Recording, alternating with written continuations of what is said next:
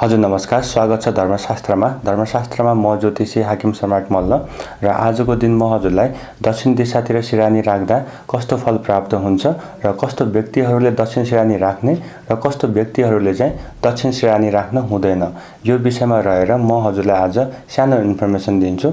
हजुरले ध्यान दिएर सुन्नु होला। जस्तै कि दक्षिण दिशा भनेको चाहिँ अत्यन्त उत्तम दिशा मानिन्छ सिरानी राख्नको लागि चाहिँ, तर यो सबै व्यक्तिहरूको लागि चाहिँ यो नियम चाहिँ लागू हुँदैन। कस्तो व्यक्तिहरूले चाहिँ दक्षिणतिर सिरानी राख्दा राम्रो हुन्छ त भन्दा जसले चाहिँ व्यापारहरू व्यवसाय गरिरहनु भएको छ, बिजनेस गरिरहनु भएको छ, पावरमा बस्न खोजिरहनु भएको छ भने उहाँहरूको लागि चाहिँ अत्यन्त उत्तम दिशा भनेको चाहिँ दक्षिण दिशा रहन्छ। र मनलाई दिमागलाई शान्त गर्न चाहनुहुन्छ, मानसिक रूपमा शान्त हुन चाहनुहुन्छ भने चाहिँ हजुरले दक्षिणतिर सिरानी राख्दा अत्यन्त उत्तम मानिन्छ। र हजुरले चाहिँ शरीरलाई ऊर्जावान बनाउनको लागि पनि दक्षिण अत्यन्त बेस्ट रहेको छ।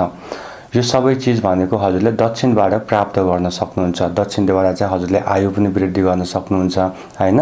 हजुरको हाइटमा पनि प्रब्लमहरू छ भने पनि हजुरले हाइटको लागि पनि दक्षिणतिर सिरानी राख्न सक्नुहुन्छ, किनकि त्यसले हाइट वृद्धि गर्छ, हाइटलाई बढाउँछ भनिएको छ। र कस्तो व्यक्तिहरूले चाहिँ दक्षिण सिरानी नराख्ने त भन्दा जस्तै कि पढ्ने लेख्ने विद्यार्थीहरू हुनुहुन्छ भने उहाँहरूले चाहिँ दक्षिण सिरानी नराख्ने।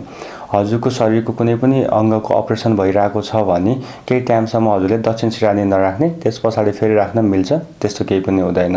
र हजुरलाई कुनै पनि रोगले च्यापिरहेको छ, धेरै नै गाह्रो बनाइरहेको छ भने त्यो अवस्थामा पनि दक्षिण सिरानी चाहिँ राख्न हुँदैन।